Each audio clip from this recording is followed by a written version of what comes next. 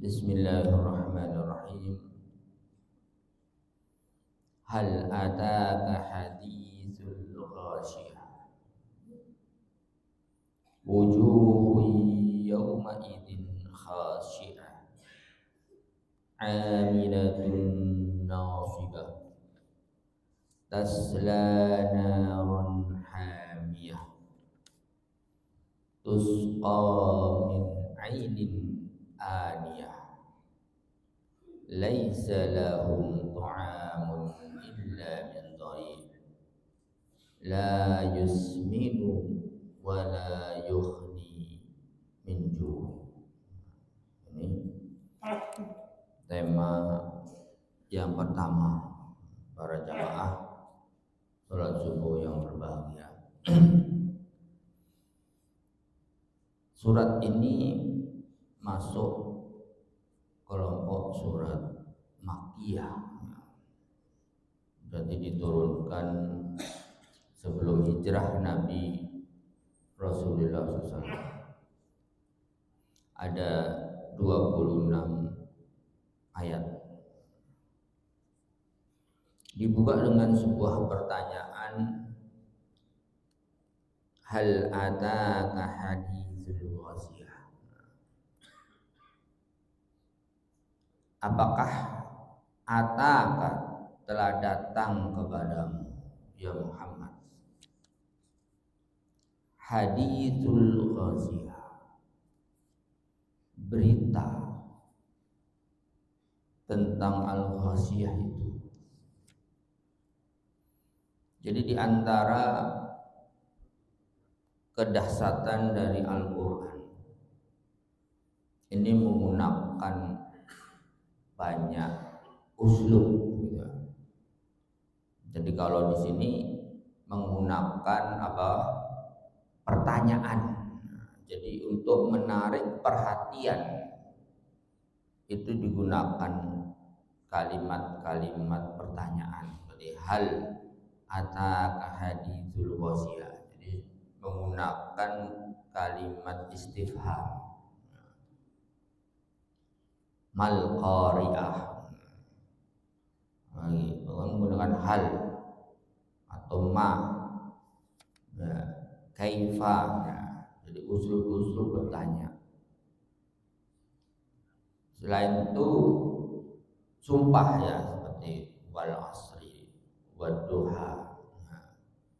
Usul-usul sumpah, ya.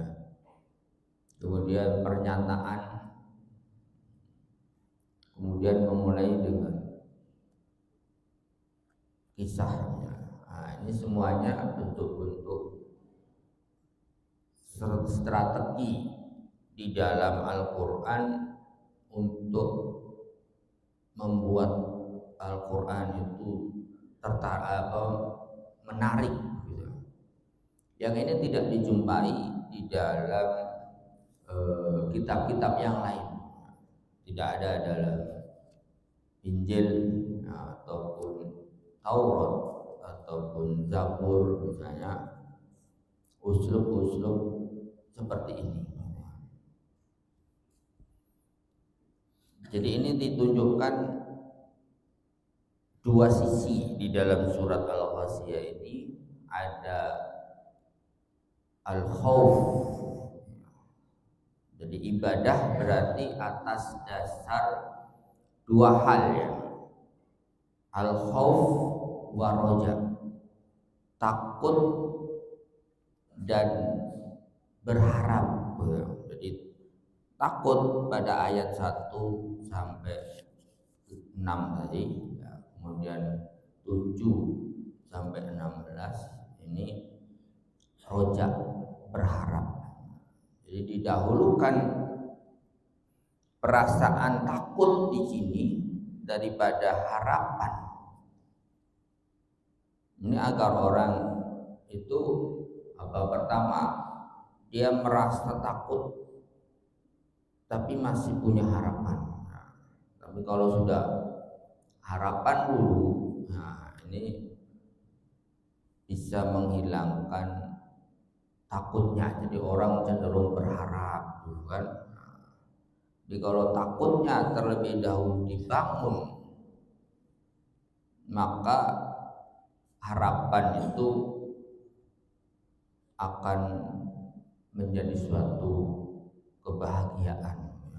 Ya, ini kenapa pada ayat awal-awal itu dibangun rasa takut terlebih dahulu. Karena Ahlussunnah wal Jamaah ini membangun ibadah dengan dua hal, yakni takut dan berharap, roja, ya. Tidak takut saja seperti manhajnya Khawarij misalnya. Kalau Khawarij, agama itu dibangun di atas dasar takut, ya. Takut masuk neraka, ya. Sehingga mereka sangat takut sekali, ya. Sedangkan orang-orang Murji'ah misalnya membangun agama di atas rasa harapan, jadi dia berharap terus, ya. Jadi walaupun berdosa besar, yang diutamakan, wah pasti Allah akan mengampuni, ya. Seperti ada yang bercerita, kenapa kamu tidak sholat? Ya insya Allah tahu lah kalau saya ini sibuk. Nah ini kan kurang ajar, ya. Kenapa kamu tidak sholat? Insya Allah tahu saya itu sibuk sekali. Nah, jadi ini kan agama dibangun dari harapan, gitu ya. Hanya berharap, tidak ada rasa takut sama sekali, nggak ada takut dosa, takut masuk neraka, nggak ada. Tapi kalau kebalikannya, agama dibangun dari rasa takut tanpa harapan sama sekali, dia akan menjadi ekstrim, ya. Ekstrim kanan, gitu ya. Seperti Khawarij, ya, dia takut sehingga berbuat dosa ya dia tidak berani. Sehingga dikatakan oleh Rasulullah SAW bahwa ibadah mereka itu lebih baik dari ibadah para sahabat. Jadi puasanya, sholatnya, ini karena mereka sangat takut sekali. Seperti seolah-olah tidak ada harapan masuk surga.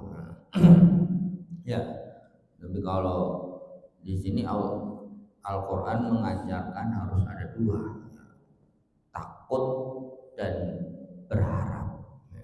Jadi tidak ada putus asa, ya. Sehingga harus ada dua-duanya. Tidak bisa dibangun dari takut saja atau berharap saja. Hal ataka hadisul ghasiyah. Apakah telah datang berita tentang al-ghasiyah itu?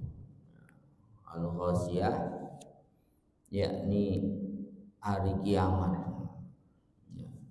Disebut al-ghasiyah karena ada yang mengatakan alladzi takhsha al-khalaiq bi ahwaliha wa absaiha. Jadi kiamat itu menguasai makhluk itu dengan ketakutan dan teror, gitu ya. Jadi karena memang kondisi pada saat kiamat itu penuh dengan ketakutan dan teror, sehingga semua orang-orang beriman itu dia sudah mati. Nah, jadi tidak ada pada hari kiamat itu orang-orang yang ada di dalam hatinya keimanan, karena apa, hari yang sangat menakutkan sekali. Jadi semuanya sudah kafir semua pada hari itu, karena sangat menakutkan. Sehingga ini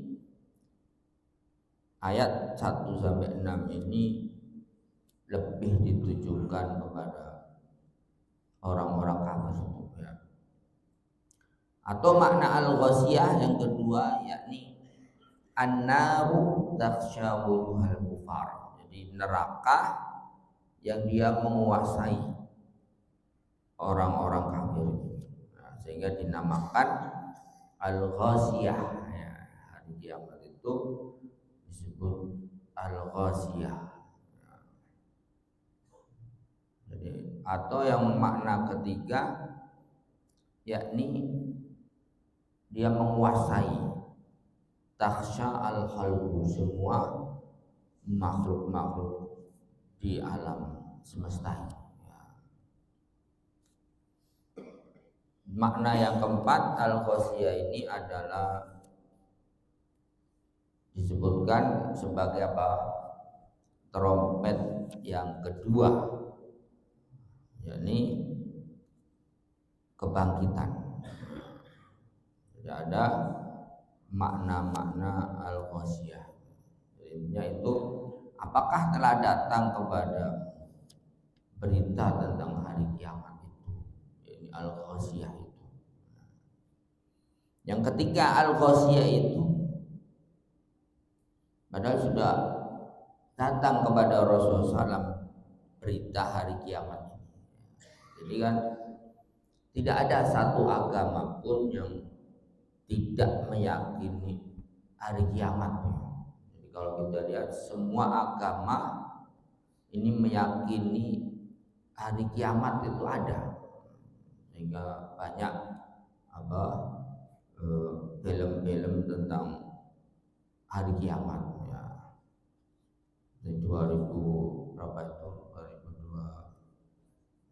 2012 ya. Nah, film kiamat 2012 misalnya. Nah, ini banyak orang barat pun membuat film tentang kiamat. Berarti mereka yakin juga sebenarnya kiamat itu ada ya. Bahkan al-Yahudi, dalam agama Yahudi sangat yakin berarti kan, karena di antara yang ditunggu-tunggu oleh Yahudi adalah kedatangan Mesias, yaitu Dajjal. Nah, ini ditunggu-tunggu oleh al-Yahudi ya. Berarti kan dia yakin bahwa hari kiamat itu pasti datang. Nah, begitu juga dalam agama-agama yang lain, misalnya dalam Buddha, agama kiamat itu ada juga, diyakin juga. Atau dalam Hindu misalnya, ini semua meyakininya ya. Karena sumbernya sebenarnya satu ya, dari Nabi Adam ya. Sehingga pada intinya yang ada di dalam ajaran tentang kiamat ini satu ya. Karena dasarnya adalah satu. Pada saat itu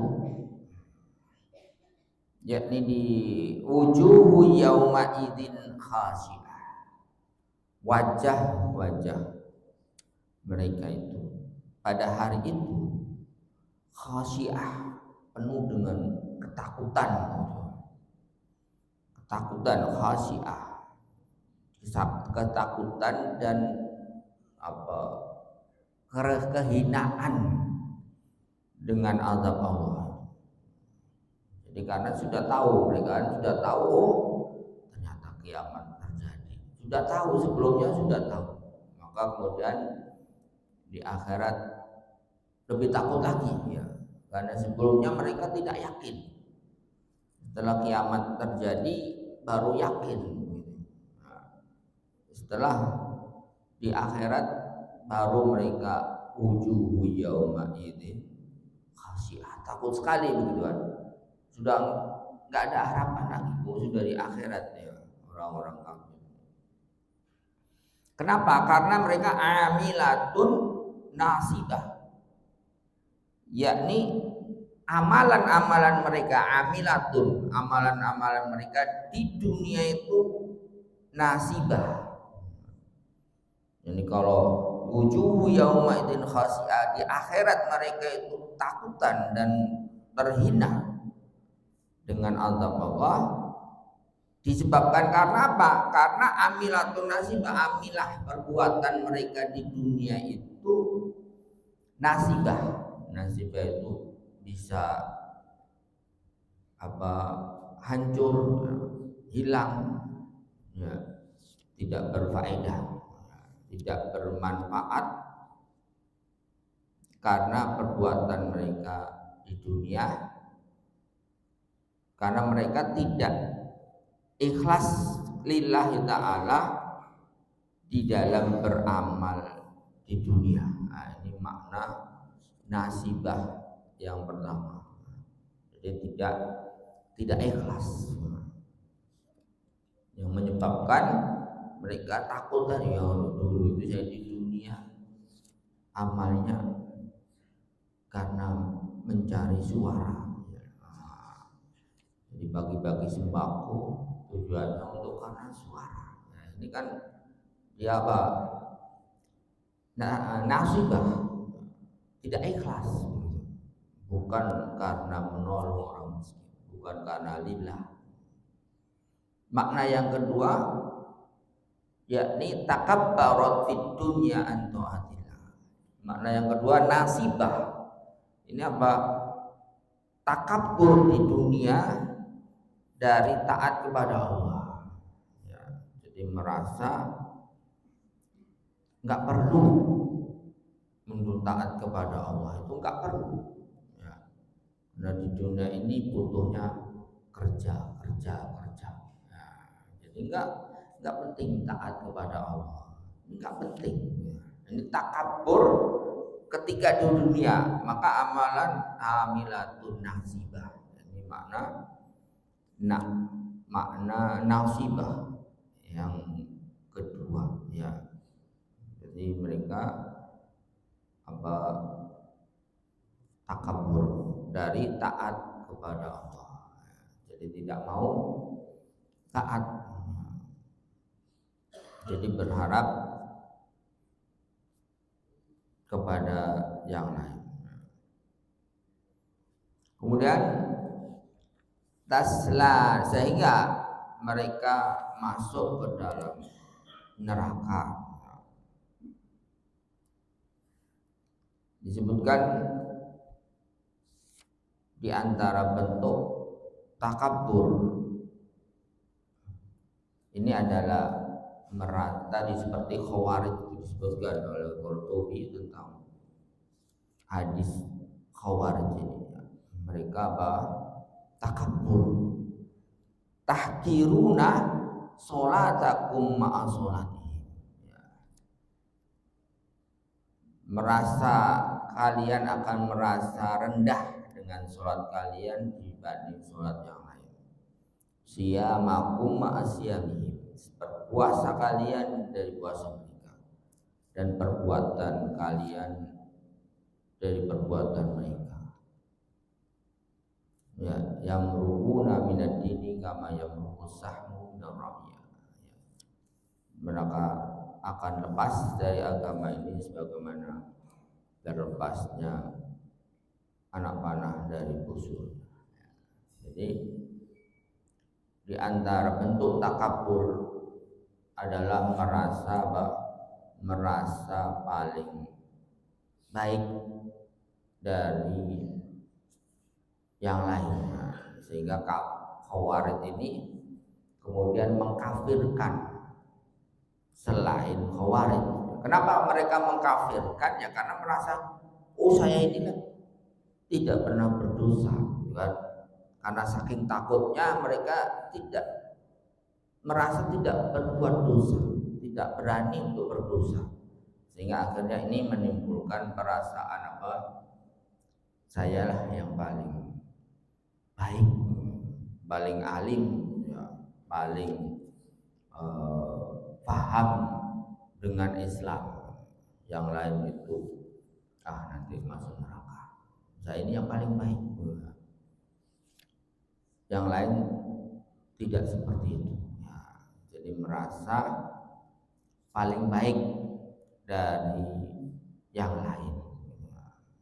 Ya, ini bentuk takabur di dunia. Jadi sebagai juga disebutkan dalam hadis Rasulullah SAW, mahwal kibr, apa itu sombong? Sombong itu apa? Hakun nas, merendahkan manusia. Ya, jadi merendahkan nas, ya, merendahkan manusia. Nah, jadi dia merasa lebih baik dari yang lain. Nah, ini perasaan yang terjadi pada Khawarij. Nah, sehingga merasa yang lebih baik, yang lain itu masuk neraka, yang lain itu sesat misalnya, yang lain itu tidak baik. Ini sombong, ya. Karena kita tidak tahu hakikat diri kita atau hakikat orang lainnya, tidak tahu. Ini yang menjadi masalah. Apakah kita itu memang benar-benar mengikuti sunnah misalnya seperti yang kita sangka, atau kita ternyata tertipu, gitu ya. Ini nggak tahu.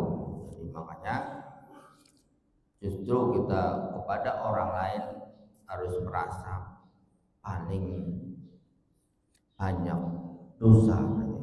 Kalau merasa paling banyak dosa kan berarti kita tidak pernah menganggap orang lain itu lebih jelek dari kita, ya. Tapi kalau kita sudah menganggap, oh saya ini paling alim, saya ini paling takwa, paling mengikuti sunnah misalnya, paling benar.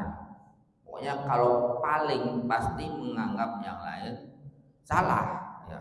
Kalau menganggap paling, saya ini paling beriman, nah sudah, yang lain berarti kafir, seperti Khawarij, ya. Nah, Khawarij, ya, seperti juga kalau di Indonesia ini ada LDII misalnya, Islam Jamaah, menganggap yang lain itu kafir. Nah, kenapa? Ya karena saya inilah, yang kelompok saya ini yang berhak masuk surga, yang lain itu enggak, kafir. Nah, jadi kenapa? Ya karena menganggap paling baik, ya. Jadi kebanyakan kelompok-kelompok yang ekstrem kanan, nah, ini pasti menganggap yang lain kafir, ya. Jadi itu inti dari Khawarij, ya. Tasla narun hamiyah, yang mereka ini dibakar di neraka. Tasla yang hamiyah, hamiyah di sini syadidul har, ya. Tasla narun hamiyah, hamiyah itu sangat panas dan tidak ada habisnya. Dan kalau api di dunia itu kan panas terus lama-lama mati, gitu ya. Jadi lama-lama tidak panas. Tapi kalau hamiyah itu panasnya semakin tinggi, panasnya semakin tinggi, ya. Jadi tidak pernah berkurang, ya, hamiyah ini. Tidak seperti api di dunia. Nah, ini makna hamiyah yang pertama. Makna yang kedua, yakni dia itu meliputi diri, ya, dan apa ya, mencekam dirinya, itu hamiyah. Jadi api itu meliputi seorang dan mencekamnya, atau mengelilinginya. Nah, ini hamiyah. Itu kondisi tusqa min ainin aniyah. Setelah di neraka belum berhenti dia masih. Tapi apa? Tusqa min ainin aniyah. Mereka ini apa? Diberi minum, tusqa min ainin aniyah, dari mata air yang aniyah. Ya, aniyah ini apa? Yang panasnya itu tanpa akhir. Ya, yang pokoknya panasnya puncak dari panas itu. Jadi diberi minum dari air yang panasnya pada puncaknya. Ya. Sehingga tidak ada dia menghilangkan rasa haus. Jadi kalau seperti kita minum airnya ini kepanasan, ini nggak akan menghilangkan haus ya. Tapi ini malah aniyah, airnya ini apa? Pada puncak panasnya, jelas tidak bisa menghilangkan haus. Kemudian belum lagi mereka ingin minum diberikan seperti itu.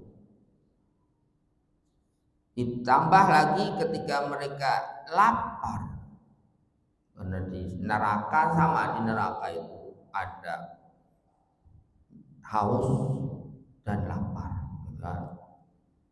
Seperti di surga juga kan ada lapar dan haus. Tapi kalau di sini, kalau makannya bagaimana? Laisa lahum ta'amun illa min dhari. Tidak ada bagi mereka itu makanan kecuali dhari. Dhari ini apa? Tumbuhan ya, yang memiliki duri ya, yang melekat ya, dan dia berbau ya. Jadi bisa kita bayangkan. Jadi ketika lapar ini makannya dari duri ini. Duri tumbuhan yang ada durinya dan berbau. Nah, jadi ya jelas tidak akan menjadi kenyang ya. Makannya makan tumbuhan yang berduri dan berbau ya, nggak bisa mengenyangkan. Yang la yusminu wa la yuhni, yang makanan ini tidak bisa yusminu, tidak bisa menggemukkan, wala yuhni dan tidak bisa menghilangkan rasa lapar. Nggak bisa. Kalau makanan seperti itu kan nggak bisa seorang itu kenyang dengan makan tumbuhan yang berduri.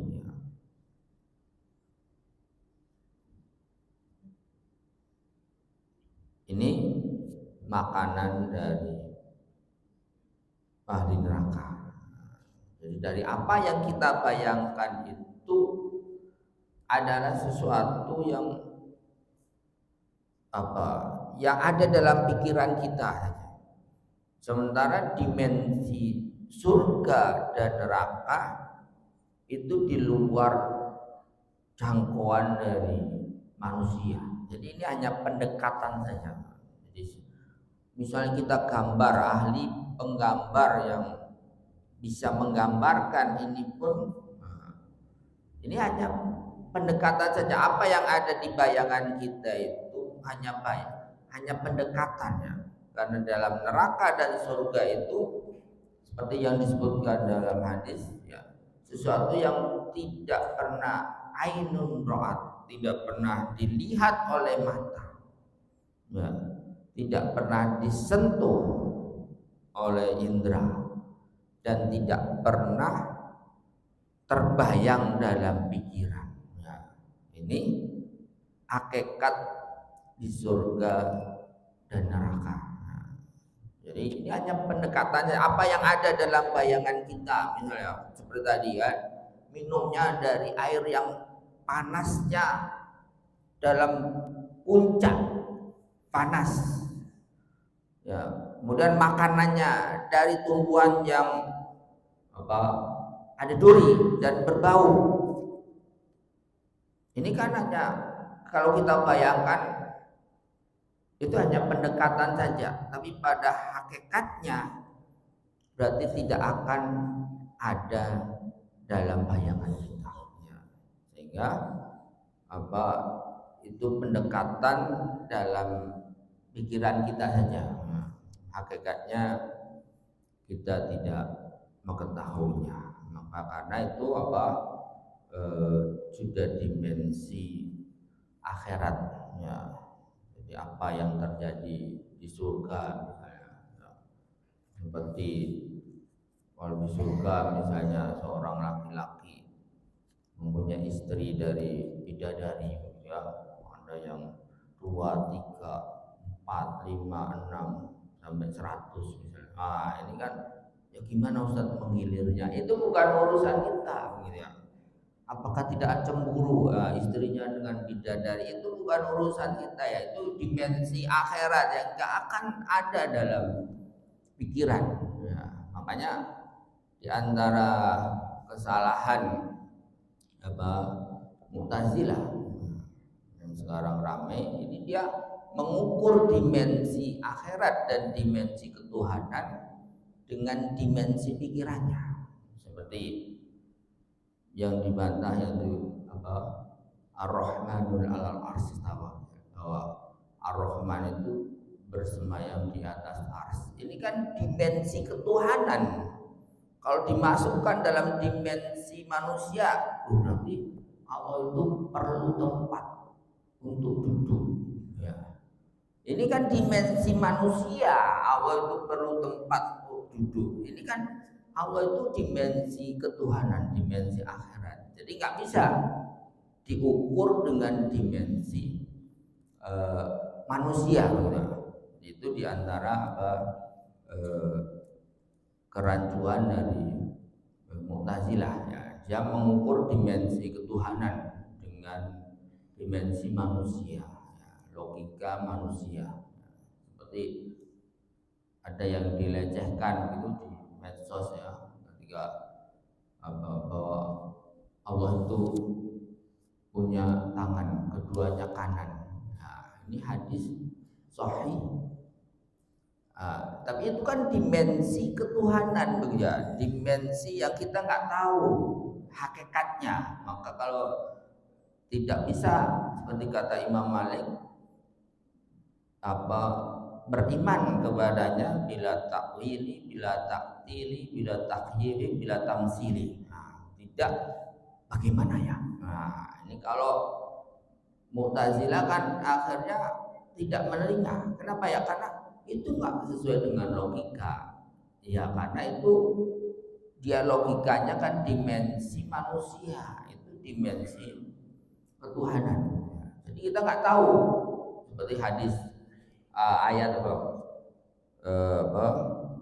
setelah Allah menciptakan khalaqas samawati wal ardh tsumma stawa ila sama, kemudian Allah bersemayam naik ke langit. Nah, ini berarti sebelum Allah naik itu Allah di mana tinggalnya? Nah, ini kan berarti kan dia itu punya tempat. Nah, ini kan dimensi logika manusia yang berpikir seperti itu kan. Sebelum Allah naik ke langit itu di mana dia? Nah, ini kan dimensi pikiran manusia, tapi dimensi ketuhanan itu yang nggak ada yang tahu. Jadi kita hanya beriman, bagaimananya itu tidak perlu ditanyakan. Nah, kalau memang secara bahasa Arab maknanya seperti itu, sumastawa ila sama kan jelas Allah naik ke langit.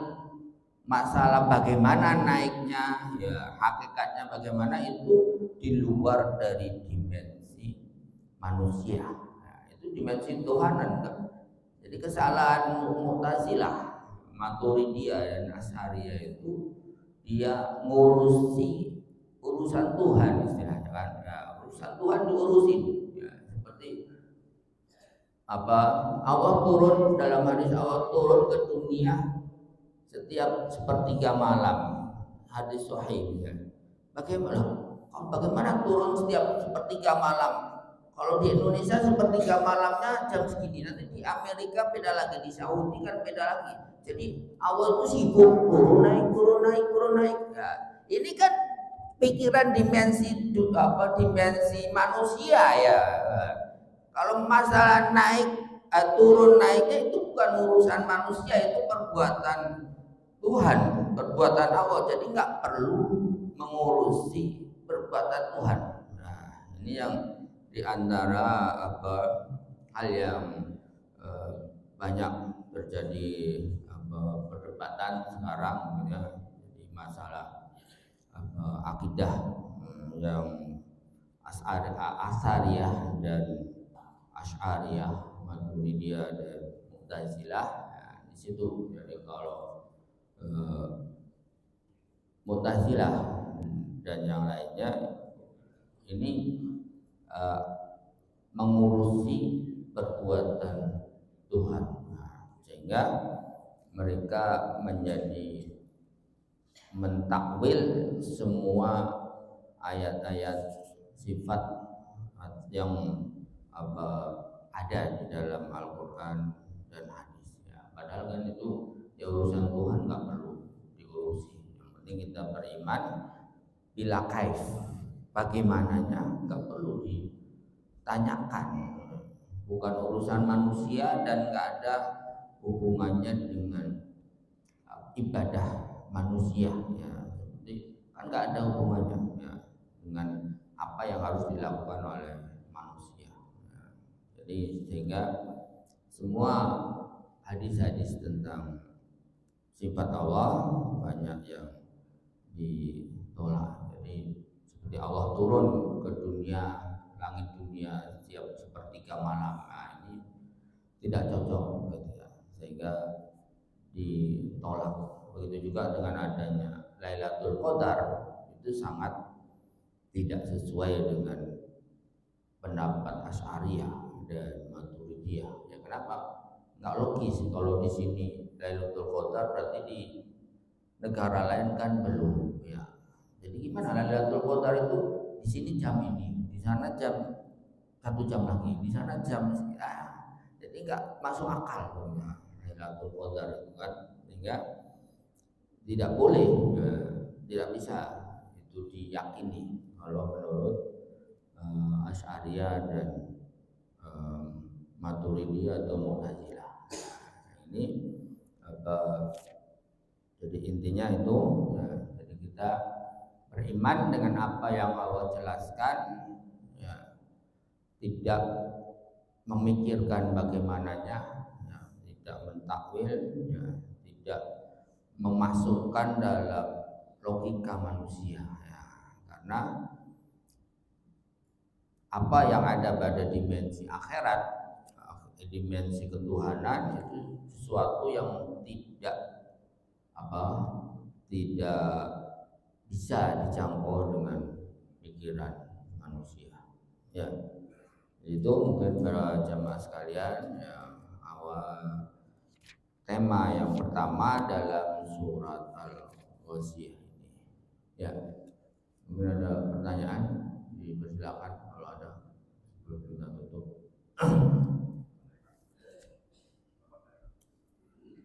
Ada Pak.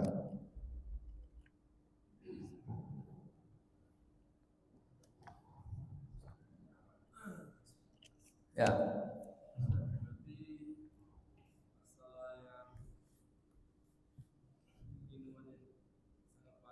Ya.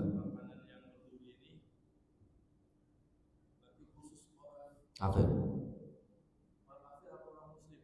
Orang kafir, penghuni neraka berarti kan.